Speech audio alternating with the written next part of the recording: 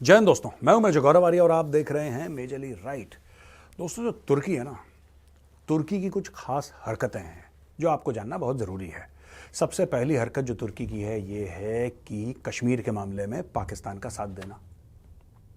दूसरी, अजरबैजान को हथियार देना, उनको ट्रेनिंग देना, उनको पैसा देना। तीसरी, उसकी जो सबसे खतरनाक हरकत है वो दोबारा ऑटोमन एम्पायर को, जो एक ज़माने में ऑटोमन एम्पायर हुआ करता था, बहुत बड़ा एम्पायर हुआ करता था, उसको दोबारा जिंदा करने के चक्कर में एर्दोगान ने अपनी वाट लगवा ली भाई। उसने लड़ाई कर ली डायरेक्टली सऊदी अरब से। अब सऊदी अरब से जो उसने लड़ाई करी है तो उसने बोला है कि ये लड़ाई किस मामले पर है, लड़ क्यों रहे हैं आखिर।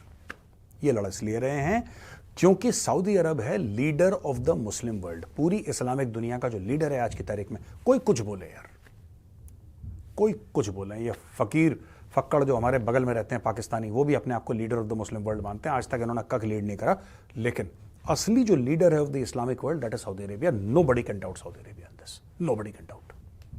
उनकी लीडरशिप, उनकी फर्म लीडरशिप, जो विजनरी है crown prince Mohammed bin Salman, he is a visionary, and the way Saudi Arabia is progressing. उसके अलावा मक्का और मदीना सऊदी अरब में, सऊदी अरब के जो सैंड है वहां पे, जो रेत है, रेत के नीचे पूरा तेल ही तेल है, तेल ही तेल है। तो सऊदी अरब के पास पैसे भी हैं, सऊदी अरब के पास मक्का और मदीना भी है, सऊदी अरब के पास एक विजनरी लीडरशिप भी है, सब कुछ है। लेकिन फिर भी इस्लामिक दुनिया का लीडर कौन बनना चाहता है? एर्दोगान। एर्दोगान को ये खुजली है, खाज है दिमाग में। तो एर्दोगान ने काफ़ी गेम भी प्ले करे और बोला कि हम ईरान के साथ मिलकर कुछ करेंगे, पाकिस्तान के साथ मिलकर कुछ करेंगे। यहां तक कि पाकिस्तान में जब इमरान खान प्राइम मिनिस्टर था, उसने यहां तक बकवास कर दी थी जब ओआईसी ने मना कर दिया था ना कि कश्मीर के बारे में हम कुछ नहीं करेंगे।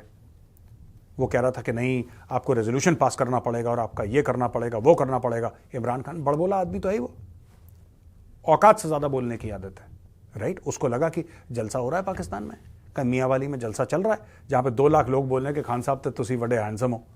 उसको वही चीज की आदत है। उसने बोलने की कोशिश करी, सऊदी अरब ने ऐसी गिर्री घुमाई, ऐसी गोल गिर्री घुमाई कि इसका गला सूख गया इमरान खान का। अच्छा, वापस आते हैं तुर्की। दोस्तों, तुर्की में जो एर्दोगान है, एर्दोगान को लगा है बड़ा झटका। वो 2 बड़े अहम चुनाव हार गया है। अब मैं आपको बताता हूं एर्दोगान का कश्मीर से क्या लेना देना है, एर्दोगान क्या करना चाह रहा है, अभी तक उसने क्या करा है, और सबसे बड़ी बात, ये जो हार है ये एर्दोगान को कितने झटके और देगी। दोस्तों, ऐसा है कि एक तो इनकम्बेंसी फैक्टर भी है। Let's believe this and understand this. Incumbency factor है, यानी कि जो बंदा इनकम्बेंट है, जो अभी कुर्सी पे बैठा हुआ है, वो कैसा भी काम करे, अच्छा करे बुरा करे, एर्दोगान का वो तो तुर्की के लोग ही बताएंगे। लेकिन लोग इससे गए चिढ़ एर्दोगान से धीरे धीरे। यहां पे बात हुई कि मेन ऑपोजिशन पार्टी है रिपब्लिकन पीपल्स पार्टी, जिसको CHP बोलते हैं, जो कोई टर्किश में इसका फुल फॉर्म है। ये प्रो कर्डिश डेमोक्रेटिक पार्टी है।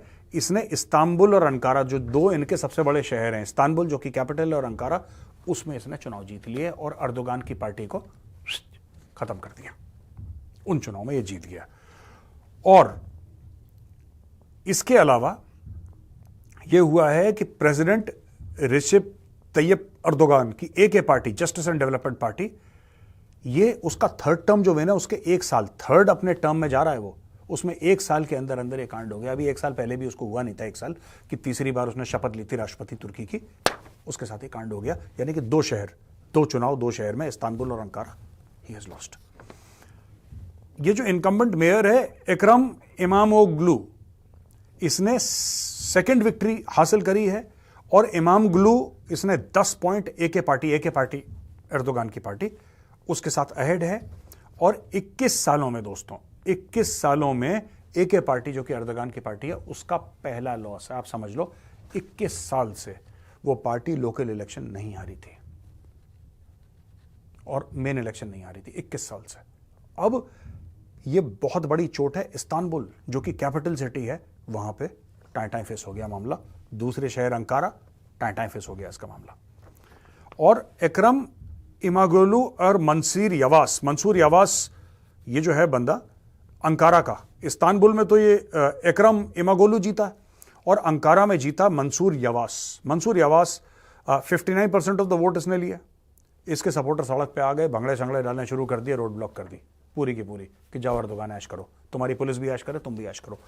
और यहां पे ये हो गया। कहते हैं कि ये दोनों के दोनों बड़े क्रूशियल कैंडिडेट्स हैं। 2028 में दोबारा इलेक्शन होने वाला है।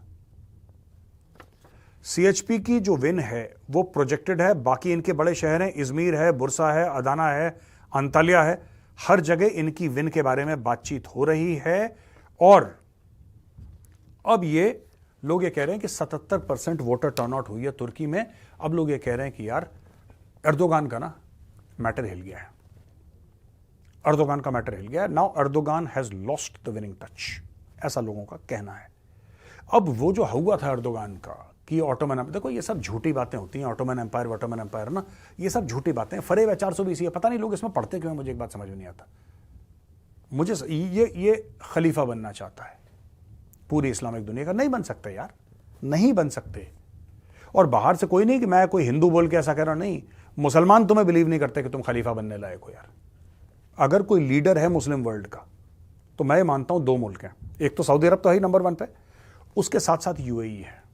I think Saudi Arab and UAE are the true leaders of the Muslim world, with Saudi Arab obviously having the advantage because Saudi Arab के पास मक्का और मदीना। ये इसके पास ना तेल, इसके पास ना 2 होली प्लेसेस मक्का और मदीना, इसके पास ना पैसा, इसके पास ना कुछ।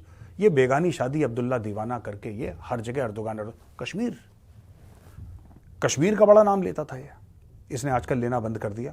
मुझे तो ऐसा लगता है दोस्तों कि डॉक्टर जयशंकर को फोन करना चाहिए प्रेसिडेंट अर्दोगान को और यह बोलना चाहिए कि योर एक्सेलेंसी, आप कश्मीर को छोड़ो यार, तुम्हारे हाथ से तुम्हारी सत्ता निकल रही है।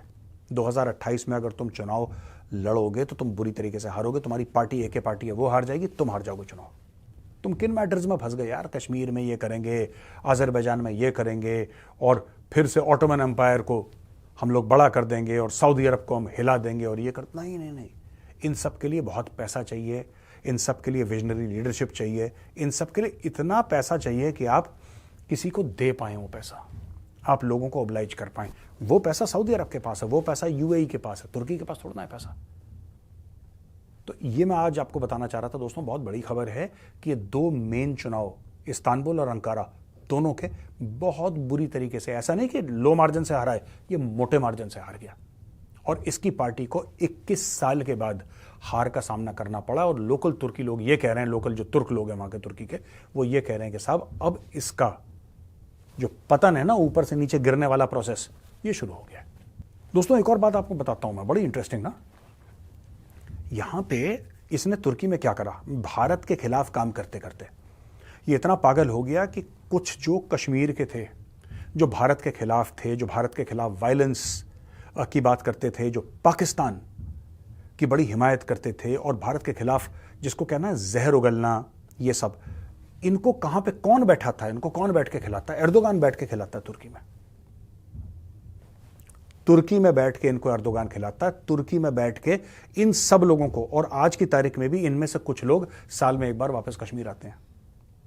काफी हद तक तो सरकार ने रोक दिया, लेकिन इन सब का अब घर कहां पे है? All of them live in Turkey, क्योंकि इन्होंने जब ये थे, जब इनकी पॉलिटिकल पार्टीज के साथ अच्छी सांठगांठ थी, इन्होंने करोड़ों अरबों रुपए कमाए हैं, ये आराम से जाके तुर्की में रह रहे हैं, बड़े बड़े बंगलों में, अय्याशी की जिंदगी। और वहीं से, तुर्की से, ये लोग भारत के खिलाफ जहर उगलते हैं दोस्तों, और वहां से अपनी सियासत चलाते हैं। मैं उन लोगों को भी कहना चाहता हूं, 2028 में एर्दोगान वापस नहीं आ रहा, तुम्हारे पास 4 साल हैं, जितना भी जहर उगलना है भारत के खिलाफ उगलो, 4 साल के बाद हो ना हो तुम वापस भारत डिपोर्ट हो जाओगे। We are trying.